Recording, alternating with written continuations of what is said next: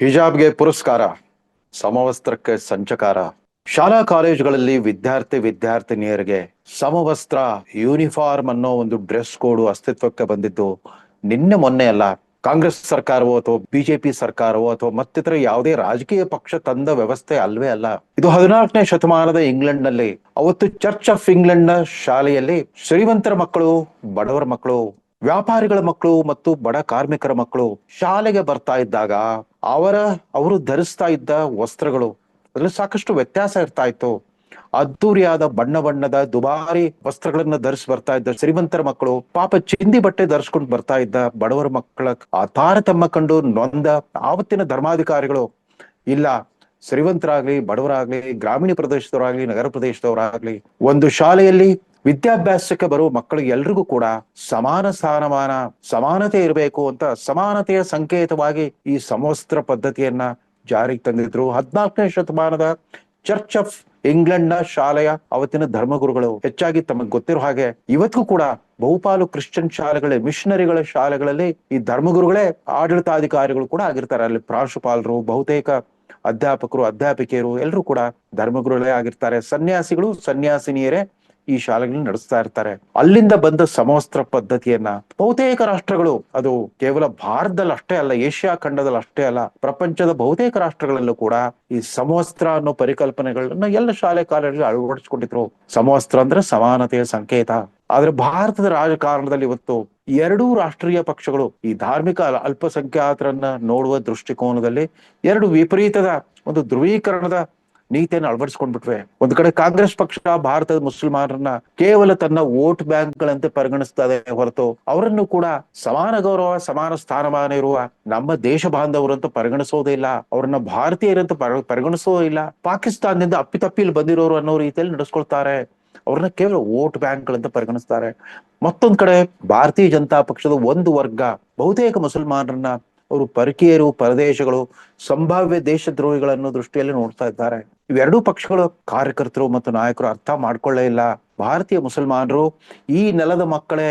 ಅವರು ದೇಶ ವಿಭಜನೆಯಾಗಿ ಸ್ವಾತಂತ್ರ್ಯ ಬಂದಾಗ ಮೊಹಮ್ಮದ್ ಅಲಿ ಜಿನ್ನಾ ಅವರ ಪ್ರತ್ಯೇಕ ರಾಷ್ಟ್ರ ಸಿದ್ಧಾಂತ ಅಂದ್ರೆ ಪಾಕಿಸ್ತಾನ ಸಿದ್ಧಾಂತವನ್ನ ಧಿಕ್ಕರಿಸಿ ಗಾಂಧೀಜಿ ಅವರ ಭಾರತ ಅಂದ್ರೆ secular democratic republic of India, ಜಾತ್ಯತೀತ ಪ್ರಜಾಸತ್ತಾತ್ಮಕ ಭಾರತ ಗಣರಾಜ್ಯ ಅನ್ನೋ ಸಿದ್ಧಾಂತವನ್ನು ಒಪ್ಕೊಂಡ್ಬಿಟ್ಟು ಇಲ್ಲೇ ನೆಲೆಸಿರೋರು, ಇಲ್ಲೇ ಹುಟ್ಟು ಬೆಳೆದಿರೋರು, ಹಲವಾರು ತಲೆಮಾರುಗಳಿಂದ ಇಲ್ಲೇನೆ ಹುಟ್ಟಿ ಬೆಳೆದ ಮುಸಲ್ಮಾನರನ್ನ ಒಂಥರ ಒಂದು ವಿಶಿಷ್ಟ ದೃಷ್ಟಿಕೋನದಿಂದ ನೋಡೋದ್ರಿಂದಾಗಿ ಈ ತರದ ವಿವಾದಗಳು ಬರುತ್ತೆ.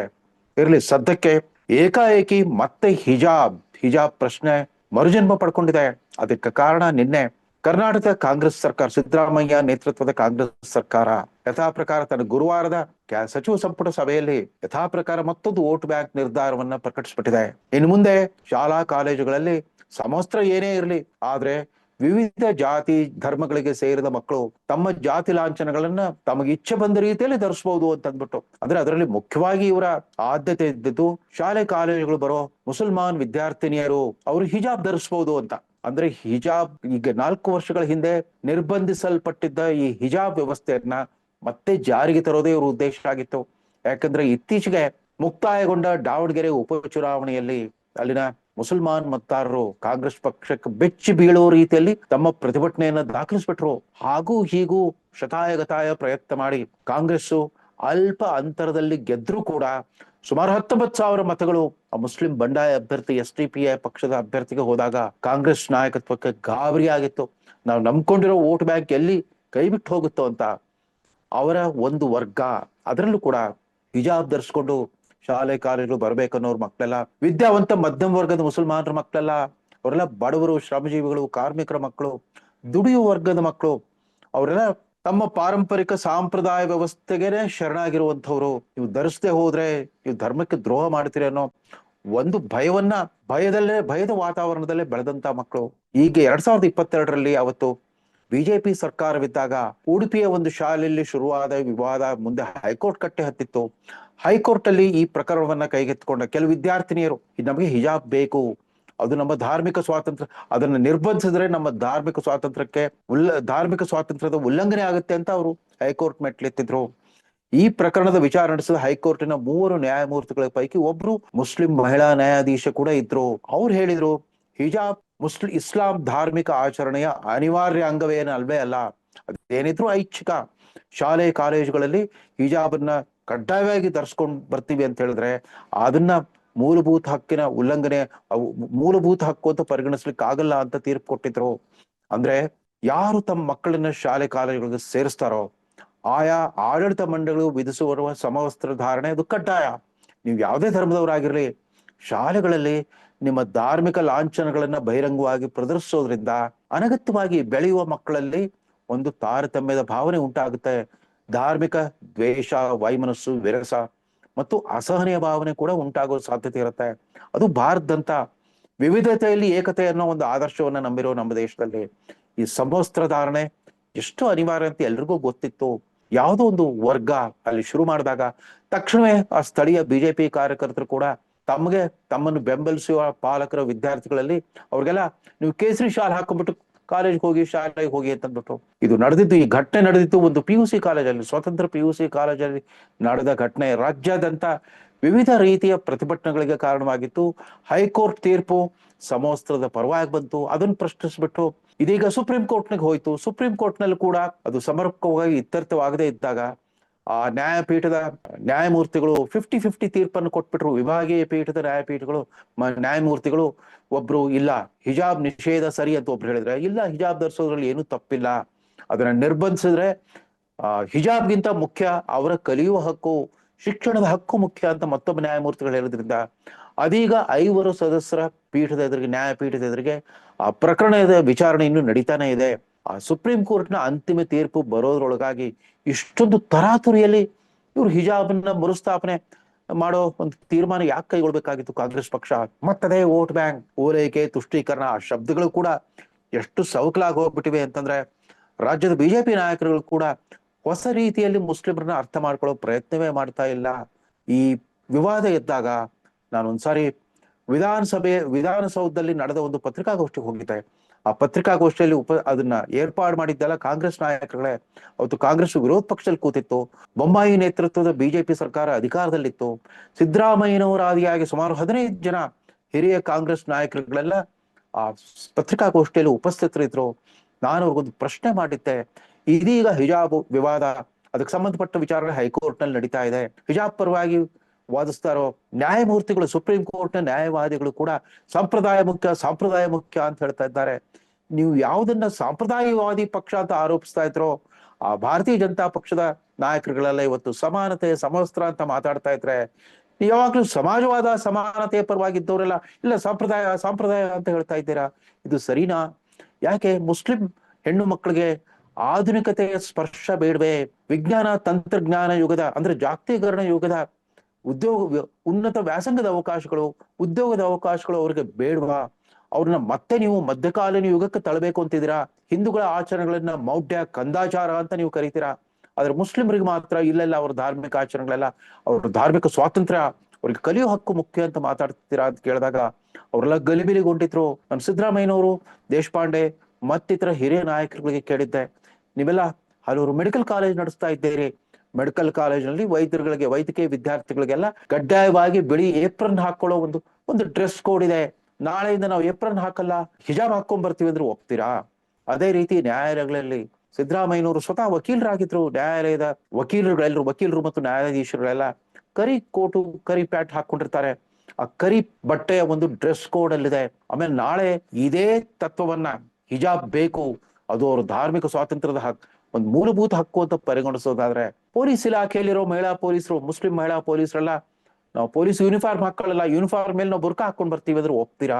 ಎಲ್ಲ ಕಡೆ ಈ ಡ್ರೆಸ್ ಕೋಡ್ ನ ಉಲ್ಲಂಘನೆ ಆಗ್ತಾ ಹೋದ್ರೆ, ವಿಶೇಷವಾಗಿ ಸಮವಸ್ತ್ರಧಾರಿ ಇಲಾಖೆಗಳು ಅಂತ ಪೊಲೀಸ್ ಇಲಾಖೆ ಮತ್ತು ಸೇನಾ ಪಡೆಗಳು, ಅಲ್ಲೆಲ್ಲ ಇದೇ ರೀತಿ ವಾದವನ್ನ ಮುಂದಿಟ್ಬಿಟ್ಟು ಸಮವಸ್ತ್ರದ ಉಲ್ಲಂಘನೆ ಮಾಡ್ತಾ ಹೋದ್ರೆ ಆ ಸಮಾನತೆಯ ಆದರ್ಶಕ್ಕೆ ಅಪಚಾರ ಮಾಡಿದಾಗ ಆಗಲ್ವಾ?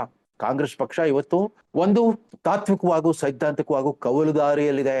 ಅದರಲ್ಲೂ 2014ರಿಂದ ನರೇಂದ್ರ ಮೋದಿ ದಿಲ್ಲಿ ದರ್ಬಾರಿಗೆ ಬಂದಾಗಿಂದ ಅವ್ರಿಗೆ ಹಿಂದುತ್ವದ ಬಗ್ಗೆ ಭಯ ಉಂಟಾಗ್ಬಿಟ್ಟಿದೆ. ಹಿಂದುತ್ವ ಅಥವಾ ಹಿಂದೂ ಧರ್ಮ ಅದರ ತಿರುಳನ್ನ ಅರ್ಥ ಮಾಡ್ಕೊಳ್ಳೋ ಪ್ರಯತ್ನ ಮಾಡೋದ್ರ ಬದಲು ಮುಸ್ಲಿಮರ ತುಷ್ಟೀಕರಣ ಮಾಡೋದ್ರ ಮೂಲಕ ನಮಗೆ ಹಿಂದೂಗಳು ಮಟ್ಟವೇ ಬೇಡ ಅನ್ನೋಷ್ಟರ ಮಟ್ಟಿಗೆ ತೀರಾ ತಮ್ಮ ಇದುವರೆಗಿನ ಸೈದ್ಧಾಂತಿಕ ನಿಲುವುಗಳನ್ನು ಬದಲಿಸ್ಕೊಳ್ಳಿಕ್ಕೆ ಹೊರಟ್ಬಿಟ್ಟಿದ್ದಾರೆ. ನೆಹರು, ಇಂದಿರಾ ಗಾಂಧಿ, ರಾಜೀವ್ ಗಾಂಧಿ ಕಾಲದಿಂದ ಕೂಡ, ಅಂದ್ರೆ ಸ್ವಾತಂತ್ರ್ಯ ಬಂದಾಗಿನಿಂದ ಭಾರತದ ಎಲ್ಲ ರಾಜ್ಯ ಸರ್ಕಾರಗಳು ಕೂಡ ಶಾಲೆಗಳಲ್ಲಿ ಸಮವಸ್ತ್ರದ ವ್ಯವಸ್ಥೆಯನ್ನು ಜಾರಿಗೆ ತಂದಿದ್ವು. ಸಿದ್ದರಾಮಯ್ಯನವರೇ ಮಂತ್ರಿ ಆಗಿದ್ದ 1983-85 ಅವಧಿಯ ರಾಮಕೃಷ್ಣ ಹೆಗಡೆ ನೇತೃತ್ವದ ಜನತಾ ಸರ್ಕಾರ 1985 ಚುನಾವಣೆಯ ಅಸೆಂಬ್ಲಿ ಚುನಾವಣೆಯ ಪ್ರಣಾಳಿಕೆ ಬಿಡುಗಡೆ ಮಾಡುವಾಗ ಆವಾಗಿನ ನಾಯಕರು M Raghupati, M P Prakash ಮತ್ತು ಅಬ್ದುಲ್ ನಜೀರ್ ಸಾಹೇಬ್ ಇದ್ರು. ಅವರು ಪ್ರಕಟಿಸಿದ ಪ್ರಣಾಳಿಕೆ ಆಶ್ವಾಸನೆ ಏನಂದ್ರೆ, ಶಾಲಾ ಮಕ್ಕಳಿಗೆ ಉಚಿತ ಸಮವಸ್ತ್ರ, ಉಚಿತ ಪಠ್ಯ ಪುಸ್ತಕ ಅನ್ನೋ 2 ಘೋಷಣೆಗಳನ್ನು ಮಾಡಿದ್ರು.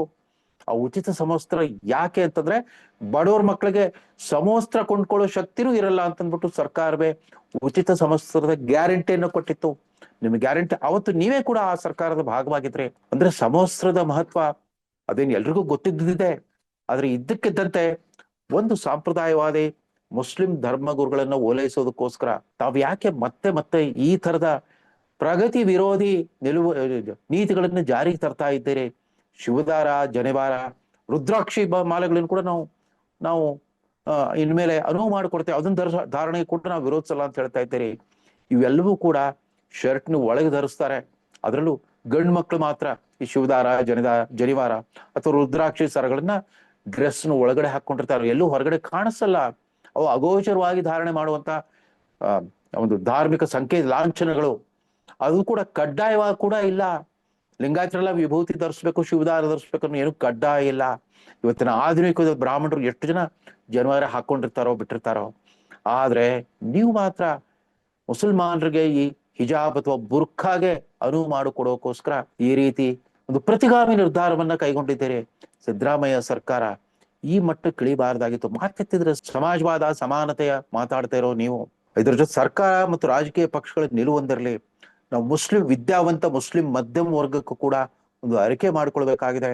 ತಾವು ತಮ್ಮ ಮಕ್ಕಳನ್ನೆಲ್ಲ ಕಾನ್ವೆಂಟ್ ಶಾಲೆಗಳಿಗೆ ಕಳಿಸ್ತೀರಿ, ಅತ್ಯುನ್ನತ ಕಾಲೇಜು ವಿಶ್ವವಿದ್ಯಾಲಯಗಳಿಗೆ ಉನ್ನತ ವ್ಯಾಸಂಗಕ್ಕೆ ಕಳಿಸ್ತೀರಿ. ನೀವು ಮಾತ್ರ ನಿಮ್ಮ ಮಕ್ಕಳಿಗೆ ಹಿಜಾಬ್ ಅಥವಾ ಬುರ್ಖಾ ಹಾಕ್ಸಲ್ಲ. ನೀವೆಲ್ಲ ಫ್ಯಾಷನ್ ಡಿಸೈನರ್ ಕೋರ್ಸ್ಗಳಿಗೆ ನಿಮ್ಮ ಮಕ್ಕಳನ್ನ ಕಳಿಸ್ತೀರಾ.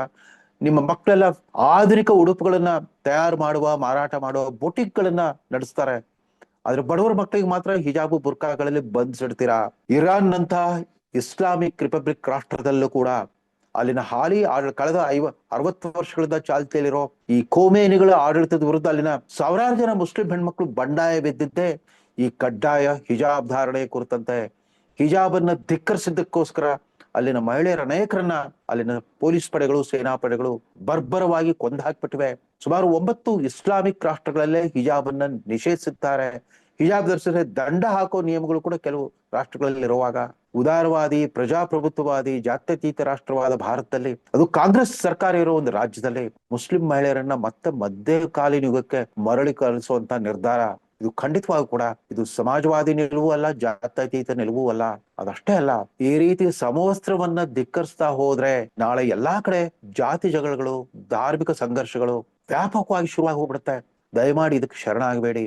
ತಮ್ಮ ಸರ್ಕಾರ ಇತ್ತೀಚೆಗೆ ಕಳೆದ ವರ್ಷ ಪ್ರತಿಷ್ಠಿತ ಬುಕ್ಕರ್ ಪ್ರಶಸ್ತಿಯನ್ನು ತಂದುಕೊಟ್ಟ ಲೇಖಕಿ ಬಾನು ಮುಷ್ತಾಕ್ರಿಗೆ ವಿಶೇಷ ಗೌರವವನ್ನು ಕೊಟ್ರಿ. ಕಳೆದ ವರ್ಷದ ದಸರಾ ಮಹೋತ್ಸವದ ಉದ್ಘಾಟನೆ ಚಾಮುಂಡೇಶ್ವರಿ ದೇವಸ್ಥಾನದಲ್ಲಿ ಮೈಸೂರಿನ ಚಾಮುಂಡೇಶ್ವರಿ ಸನ್ನಿಧಿಯಲ್ಲಿ ನಡೆದಾಗ ಅವರನ್ನೇ ಮುಖ್ಯ ಅತಿಥಿಯಾಗಿ ಆಹ್ವಾನಿಸಿಬಿಟ್ಟು ಅವ್ರಿಗೆ ವಿಶೇಷ ಗೌರವದೊಂದಿಗೆ ಸನ್ಮಾನ ಮಾಡಿದ್ರಿ. ಆದ್ರೆ ಅದಾದ ನಂತರ ಒಂದೇ ಒಂದು ಮುಸ್ಲಿಂ ಸಂಘಟನೆ ಲೇಖಕಿ ಬಾನು ಮುಷ್ತಾಕ್ ಅವರ ಸಾಧನೆಗೆ ಅವ್ರಿಗೆ ಸನ್ಮಾನ ಸಮಾರಂಭ ಏರ್ಪಡಿಸೋದನ್ನ ನೋಡಿದೀರಾ? ಇಲ್ಲ. ಯಾಕೆ ಅಂತಂದ್ರೆ ಆಕೆ ಬರವಣಿಗೆ ಪ್ರಗತಿಪರ ನಿಲುವುಗಳನ್ನು ಪ್ರತಿಪಾದಿಸ್ತಾ ಇತ್ತು. ಮುಸ್ಲಿಂ ಮಹಿಳೆಯರು ಯಾವ ರೀತಿಯಾಗಿ ತಮ್ಮ ಧಾರ್ಮಿಕ ಕಟ್ಟಳೆಗಳಿಂದಾಗಿ ವಿವಿಧ ರೀತಿಯ ಶೋಷಣೆಗಳಿಗೆ ಒಳಗಾಗಿದ್ದಾರೆ ಅಂತ ಅವರ ಸಾಹಿತ್ಯ ಇದ್ದಿದ್ರಿಂದ ಅಲ್ಲಿನ ಸಂಪ್ರದಾಯಸ್ಥ ಕಂದಾಚಾರಿ ಮುಸಲ್ಮಾನರಿಗೆ ಆಕೆ ಬರವಣಿಗೆ ಇಷ್ಟವಾಗಿಲ್ಲ. ಆದ್ರಿಂದನೇ ಆ ಅನೇಕ ಪ್ರಗತಿಪರ ಮುಸ್ಲಿಂ ಬುದ್ಧಿಜೀವಿಗಳು ಕೂಡ ಮೌನವಾಗಿದ್ದಾರೆ. ಬಾನು ಮುಷ್ತಾಕ್ ಅವರ ಆ ಸಾಧನೆ ಬಗ್ಗೆ, ಬುಕ್ಕರ್ ಪ್ರಶಸ್ತಿ ಬಗ್ಗೆ ಯಾರೂ ಮಾತಾಡಲ್ಲ. ಅದೇ ರೀತಿ ಸ್ವಯಂ ಘೋಷಿತ ಪ್ರಗತಿಪರ ಬುದ್ಧಿಜೀವಿಗಳು ಕೂಡ ಆ ವಿಚಾರದಲ್ಲಿ ಮೌನವಾಗಿದ್ದಾರೆ. ನರೇಂದ್ರ ಮೋದಿ ಅವರು ಟ್ರಿಪಲ್ ತಲಾಕ್ ನಿಷೇಧ ಕಾನೂನು ತರೋಕ್ಕಿಂತ 4 ದಶಕಗಳ ಮುಂಚೆ ಮತ್ತೊಬ್ಬ ಮುಸ್ಲಿಂ ಲೇಖಕಿ ಮಂಗಳೂರು ಮೂಲದ ಸಾರಾ ಅಬು ಬೇಕರ್ ತಮ್ಮ ಚಂದ್ರಗಿರಿ ತೀರದಲ್ಲಿ ಅನ್ನೋ ಕಾದಂಬರಿಯಲ್ಲಿ ಈ ಟ್ರಿಪಲ್ ತಲಾಕ್ ಅನ್ನೋ ಒಂದು ಕರಾಳ ವ್ಯವಸ್ಥೆಯ ವೈವಿಧ್ಯಮಯ ಮುಕ್ಕಳನ್ನು ಬಯಲುಗೆಳೆದಿದ್ರು. ಅವರು ಕೂಡ ಅವತ್ತು ಸಾಂಪ್ರದಾಯಿಕ ಮುಸ್ಲಿಂ ಧರ್ಮಗುರುಗಳ ಶಾಪಕ್ಕೆ ಗುರಿಯಾಗಿದ್ರು. ಸಾಮಾಜಿಕ ಬಹಿಷ್ಕಾರದಂತ ಒಂದು ಪ್ರತಿಕೂಲ ಪರಿಸ್ಥಿತಿಯನ್ನು ಎದುರಿಸಬೇಕಾಗಿ ಬಂದಿತ್ತು. ಯಾವ ರೀತಿ 19ನೇ ಶತಮಾನದಿಂದಲೇ ಹಿಂದೂ ಧರ್ಮದ ಅನೇಕ ಅನಿಷ್ಟ ಆಚರಣೆಗಳ ವಿರುದ್ಧ ಸುಧಾರಣೆಗಳನ್ನು ತಂದ್ರು. ರಾಜಾ ರಾಮ್ ಮೋಹನ್ ರಾಯರಿಂದ ಹಿಡಿದು ಇವತ್ತಿನವರೆಗೂ ಕೂಡ ಹಿಂದೂ ಧರ್ಮದಲ್ಲಿ ಯಾವ ರೀತಿ ಆಂತರಿಕ ಸುಧಾರಣೆಗಳು ಬಂದಿವೆಯೋ ಅದೇ ರೀತಿ ಭಾರತೀಯ ಮುಸಲ್ಮಾನರು ಕೂಡ ಭಾರತೀಯರಾಗಬೇಕು. ತಮ್ಮಲ್ಲಿರೋ ಅನೇಕ ಅನಿಷ್ಟ ಪದ್ಧತಿಗಳನ್ನ ತೊಡೆದು ಹಾಕೋದಕ್ಕೆ ಸಂಘಟಿತ ಪ್ರಯತ್ನ ಮಾಡಬೇಕು.